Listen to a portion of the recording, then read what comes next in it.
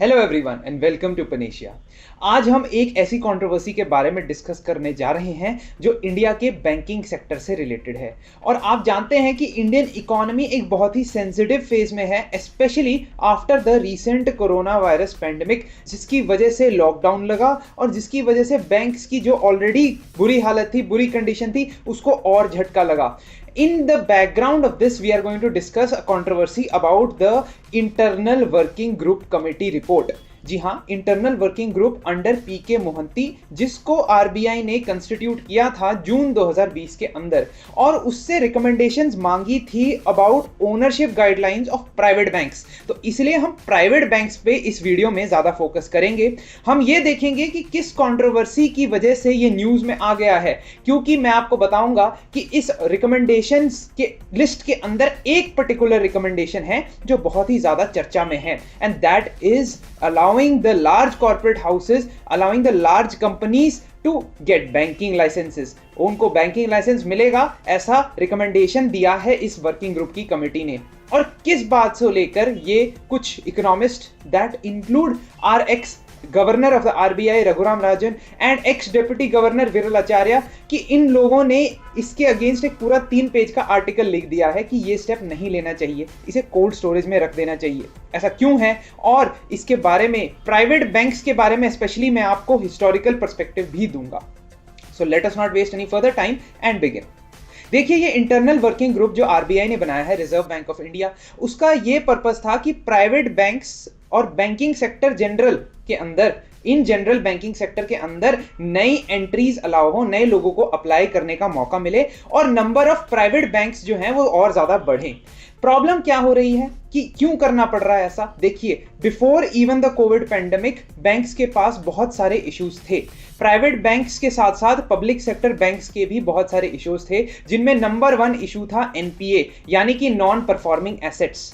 Non performing assets के बढ़ जाने की वजह से बैंक्स को अपने पास रिजर्व्स में कुछ पैसा एक्स्ट्रा रखना पड़ता है, जिसकी वजह से वो ज्यादा लेंडिंग नहीं कर पाते हैं, और क्योंकि वो मार्केट में पैसा नहीं दे पाते हैं, लेंडिंग नहीं कर पाते हैं, उनको इंटरेस्ट पे वापस नहीं मिलता और उनके प्रॉफिट्स कम हो जाते हैं। सिमिलरली, जब बैंक्स प्राइवेट कंपनीज या प्राइवेट सेक्टर कंपनीज को पैसे नहीं देते हैं, लेंडिंग नहीं कर रहे हैं, बिकॉज उनके एनपीए बहुत ज्यादा हो चुके हैं और उनके पास रैशनिंग करनी पड़ती है उनको अपने पैसे की, अकॉर्डिंग टू आरबीआई गाइडलाइंस।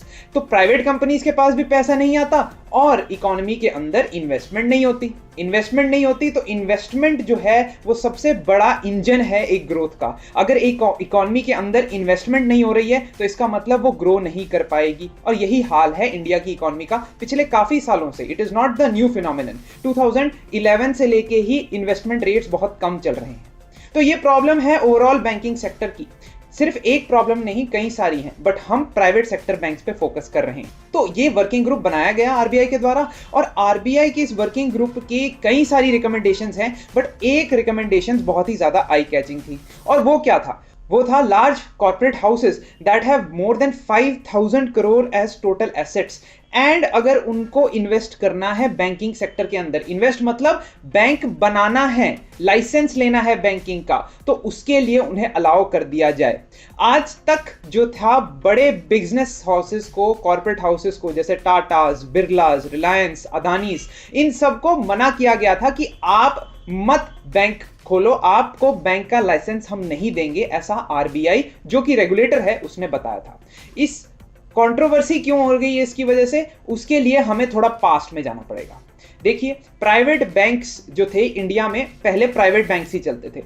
अगर मैं ब्रिटिश एरा से स्टार्ट करूं तो ब्रिटिश एरा में बैंकिंग ऐसे ही स्टार्ट हुई थी कि जो लोग यहां पे ट्रेड करने आए थे, मर्चेंट्स थे, उनको फाइनेंस करने के लिए कुछ प्राइवेट कंपनीज ने एजेंसीज खोल ली थी और वही एजेंट बैंक का काम करते थे।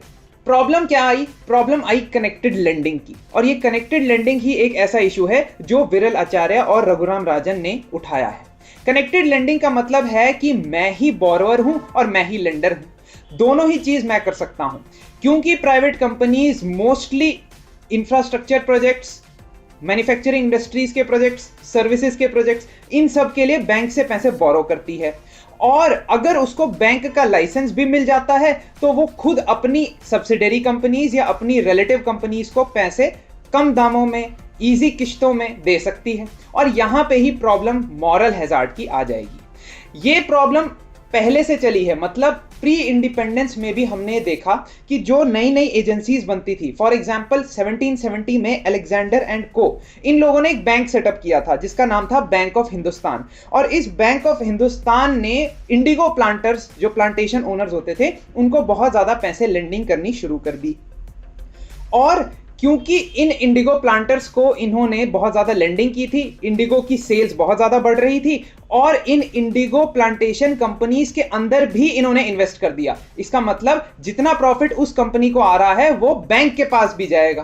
तो इसका मतलब क्या हुआ कि एक तरह से मैं अपने आप को ही लेंडिंग प्रोवाइड कर रहा हूं। I am trying to give money to myself, और अपने लिए तो मैं टर्म्स एंड कंडीशंस बहुत ईजी रखूंगा। अगर मैं लोन रीपे नहीं भी कर पाता हूं तब भी मैं उसको क्या कर दूंगा कि एक एक्स्ट्रा लोन दे दूंगा, ताकि जिसको प्रोसेस को कहते हैं एवरग्रीनिंग ऑफ लोन, कि आपने पुराना लोन तो दिया नहीं वापस, लेकिन आपको दोबारा उसी बैंक ने सैंक्शन कर दिया एक नया लोन। तो ये एवरग्रीनिंग ऑफ लोन की वजह से भी कई सारी प्रॉब्लम्स आई है। विजय माल्या साहब इसके बारे में बहुत अच्छे से जानते हैं, जिन्होंने 9000 करोड़ ऐसे ही करते हुए बैंक से अक्वायर किए थे। अब प्री इंडिपेंडेंस एरा में जैसा मैंने बताया कि बैंक ऑफ हिंदुस्तान की एक कंपनी थी, लेकिन जैसे ही ये इस कंपनी के प्रॉफिट्स खत्म हो गए, मतलब जो प्लांटेशन ओनर थे उनके प्रॉफिट कम हो गए, तो ये बैंक भी फेल हो गया।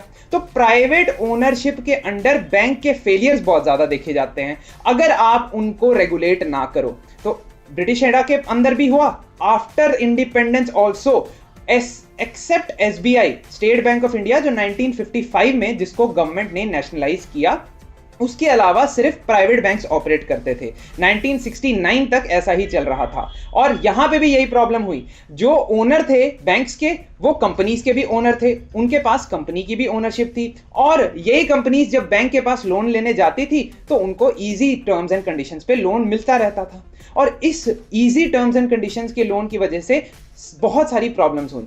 एक कि एग्रीकल्चरल सेक्टर, या ऐसे सेक्टर जहां पे आप पुअर, लेबर्स और इन लोगों को पैसे देना चाहते हो, एग्रीकल्चर सेक्टर में स्पेंडिंग करना चाहते हो, वहां पे क्रेडिट ग्रोथ हुआ ही नहीं। तो जितना बैंक्स लोन देते थे उसका 2.67% ही सिर्फ एग्रीकल्चर सेक्टर को जाता था, बाकी सारा ये कंपनीज अपने आप को दे देती थी। तो यही कनेक्टेड लेंडिंग अगर आज की डेट में दोबारा आ जाती है तो इसी डर की वजह से तो कंट्रोवर्सी उठी है।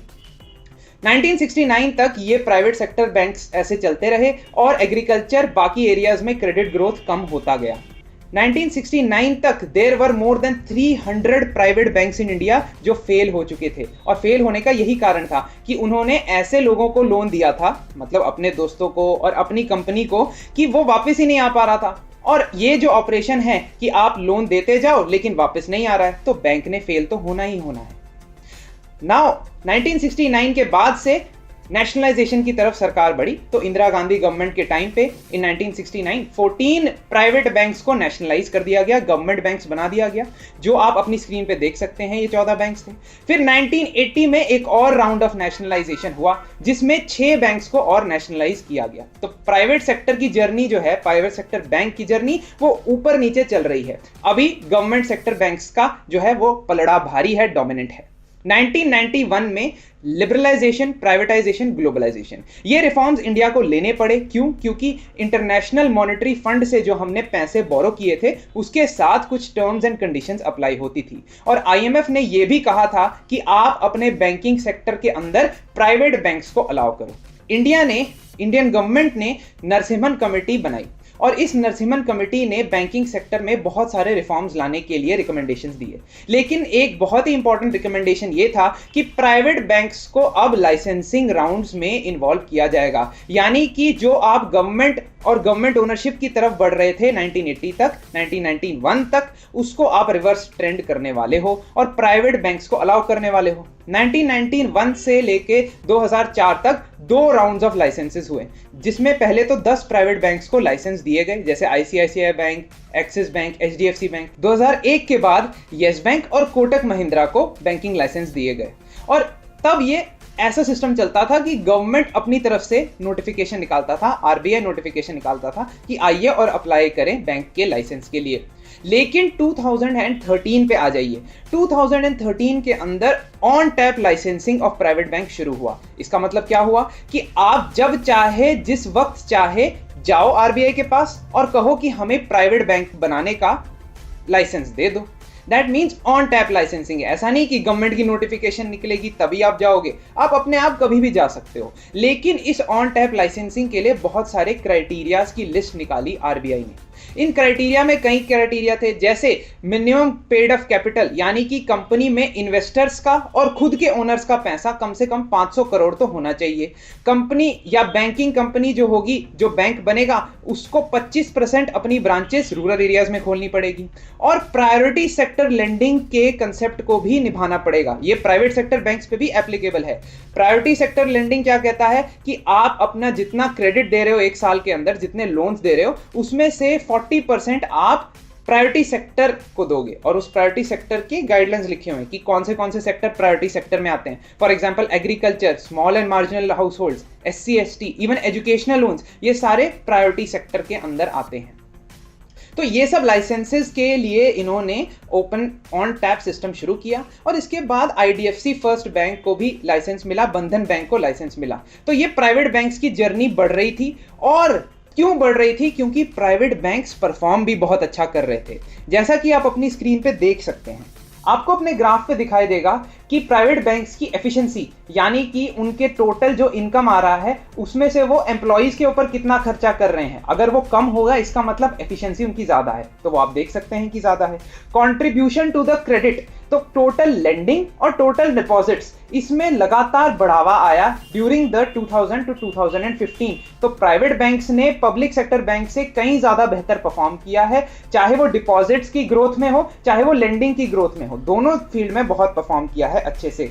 और इस वजह से प्राइवेट सेक्टर बैंक्स को जो है वो प्रमोट करने का जो डिसीजन है गवर्नमेंट का चलता आ रहा है। This is not a new decision कि इस पर्टिकुलर गवर्नमेंट या न्यू गवर्नमेंट ने ऐसा डिसीजन लिया है।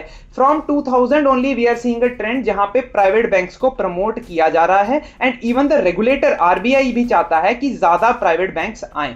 लेकिन अभी तक एक प्रॉब्लम थी कि बड़े कॉर्पोरेट हाउसेस को अलाउ नहीं किया जाता था और उसका यही रीजन था कनेक्टेड लेंडिंग। हमने रीसेंट पास्ट में कुछ ऐसे स्कैम्स भी देखे हैं या ऐसी एलिगेशंस भी देखी हैं प्राइवेट सेक्टर बैंक्स के ऊपर। फॉर एग्जांपल येस बैंक के अंदर हमने राणा कपूर के ऊपर एलिगेशन देखी कि उन्होंने अपने फेवरेबल जो बंदे थे उनको लोन्स प्रोवाइड किए, या आईसीआईसीआई बैंक के अंदर भी हमने एलिगेशन देखी कि उनकी जो सीईओ थी उन्होंने कनेक्टेड लेंडिंग की। वो कनेक्टेड लेंडिंग मैं आपको समझा चुका हूं।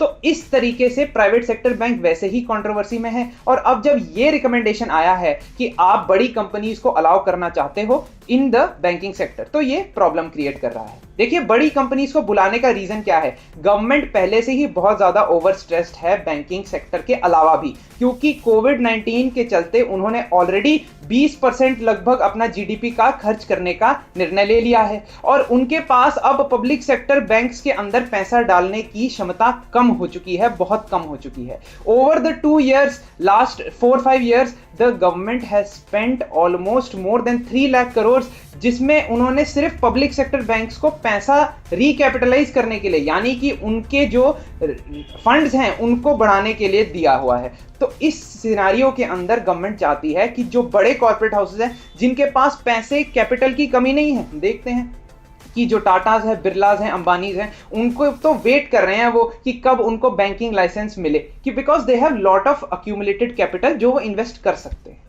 तो गवर्नमेंट का ये कहना है कि हम प्राइवेट सेक्टर के साथ ये बर्डन शेयर करना चाहते हैं। जहां तक कि इसके ओपोनेंट्स का कहना है कि इससे प्राइवेट सेक्टर बैंक्स में करप्शन और ज्यादा बढ़ेगा, कनेक्टेड लेंडिंग और ज्यादा बढ़ेगी और लोगों के डिपॉजिट्स की गारंटी जो उनको पब्लिक सेक्टर बैंक के अंदर मिलती है वो हो सकता है प्राइवेट सेक्टर बैंक के अंदर ना मिले। तो मैं पैसा डिपॉजिट करता हूं, अगर प्राइवेट सेक्टर बैंक फेल हो जाता है और गवर्नमेंट उसे नहीं बचा पाती है तो आपको पता होगा कि 5 लाख तक आपके डिपॉजिट्स जो है deposit insurance credit guarantee corporation, ये कॉर्पोरेशन आपके डिपॉजिट्स को सिक्योर कर देती है। इसका मतलब 5 लाख तो आपको मिनिमम मिलेंगे, लेकिन बाकी का पैसा का कोई गारंटी नहीं होगा अगर वो प्राइवेट बैंक है। So that is the overall story of this recommendation. देखिए ऐसा नहीं है कि सिर्फ ये ओनरशिप से रिलेटेड एक ही रिकमेंडेशन आया है, कई बहुत से रिकमेंडेशंस भी इन्होंने दिए हैं जो इस वर्किंग ग्रुप के बाकी के रिकमेंडेशंस हैं नेग्लेक्ट हो गए हैं। क्यों? क्योंकि ये वाला कंट्रोवर्सी में आ गया और मैंने अब आपको ये सारे के सारे पहलू, सारे के एस्पेक्ट्स समझा दिए हैं। बाकी रिकमेंडेशंस को भी एक बारी देख लेते हैं। रिकमेंडेशन जो दी है वो है कि प्रमोटर्स का स्टेक, प्रमोटर्स कौन होते हैं? जो ओरिजिनल ओनर होते हैं उस बैंक के या उस कंपनी के, उनका स्टेक जो है वो 26% तक रखने की इजाजत दे दी जाए। देखिए एग्जिस्टिंग रेगुलेशंस के हिसाब से जितनी टोटल शेयर होल्डिंग है उसमें से आप सिर्फ 15% तक ही रख सकते हो पहले 15 साल के अंदर अंदर। तो ऐसे होता है, जैसे आपने बैंक स्टार्ट किया, उसमें स्टार्ट करने के टाइम पे आप 40%, 40% ऑफ द शेयर होल्डिंग रख सकते हो, लेकिन अगले 15 सालों के अंदर अंदर तक आपको उसको 15% तक रखना पड़ेगा। दैट मीन्स 100 शेयर हैं अगर बैंक के, तो उसमें से 15 ही शेयर आपके पास होंगे, बाकी आपको पब्लिक को या किसी और इन्वेस्टर को सौंपने पड़ेंगे। ये इसलिए किया जाता है ताकि एक पर्टिकुलर कंपनी का जो है इंटरेस्ट ज्यादा ना रहे, उस पर्टिकुलर कंपनी की डोमिनेंस ना रहे एक बैंक के अंदर। तो इस वजह से ये 15% रखा गया था। अब ये रिकमेंडेशन कह रहे हैं कि इसको 26% कर दो, 26% कर दो। That means they are allowing the corporates to invest more 9% in the banks, क्योंकि पता है कि बैंक्स के अंदर वैसे ही फंडिंग नहीं आ रही है, तो इस कैप को थोड़ा सा बढ़ा दिया जाए। नॉन बैंकिंग फाइनेंशियल कंपनीज को बैंकिंग लाइसेंस दिया जाए, इसके लिए भी इन्होंने रिकमेंडेशन दिया है। लेकिन ऐसा नहीं है कि कोई भी नॉन बैंकिंग फाइनेंशियल कंपनी आके दे सकती है बैंकिंग का लाइसेंस। 50,000 करोड़ वर्थ उसका होना चाहिए एसेट्स का, 50,000 करोड़ के एसेट्स उसके पास होने चाहिए और 10 साल तक उसे ऑपरेट किया जाना चाहिए, तब जाके वो बैंकिंग का लाइसेंस ले सकता है। और भी कई रिकमेंडेशंस हैं इस कमेटी की रिपोर्ट में, जो मैं आपके साथ इस पीडीएफ को अटैच कर रहा हूं इस वीडियो के साथ, आप उसे ध्यान से देख सकते हैं। फॉर एग्जाम्पल पेमेंट बैंक और small finance bank. Payment bank और स्मॉल फाइनेंस बैंक को अब यूनिवर्सल बैंक यानी कि कमर्शियल बैंक बनने के लिए जो क्राइटेरिया थे वो बहुत ज्यादा लिबरलाइज कर दिया, आसान कर दिया है उनके लिए।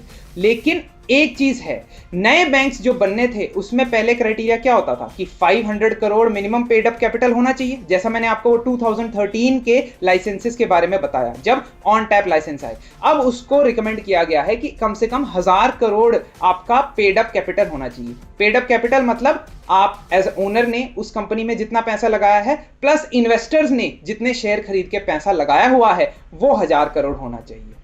सो looking at all this conundrum, ये देखना जरूरी होगा कि इन रिकमेंडेशंस को माना जाता है या नहीं, और क्या आरबीआई को स्ट्रिक्ट रेगुलेटरी पावर्स दी जाएंगी ताकि वो ये रेगुलेट कर सकें प्राइवेट बैंक्स के अंदर की कनेक्टेड लेंडिंग तो नहीं हो रही है। So that was all in today's video. I really hope you like this video. If you want to see more such videos, please like, subscribe our channel. Please, if you have any queries, contact us on the email ID given on your screen. You can also WhatsApp us on the given number. Thank you.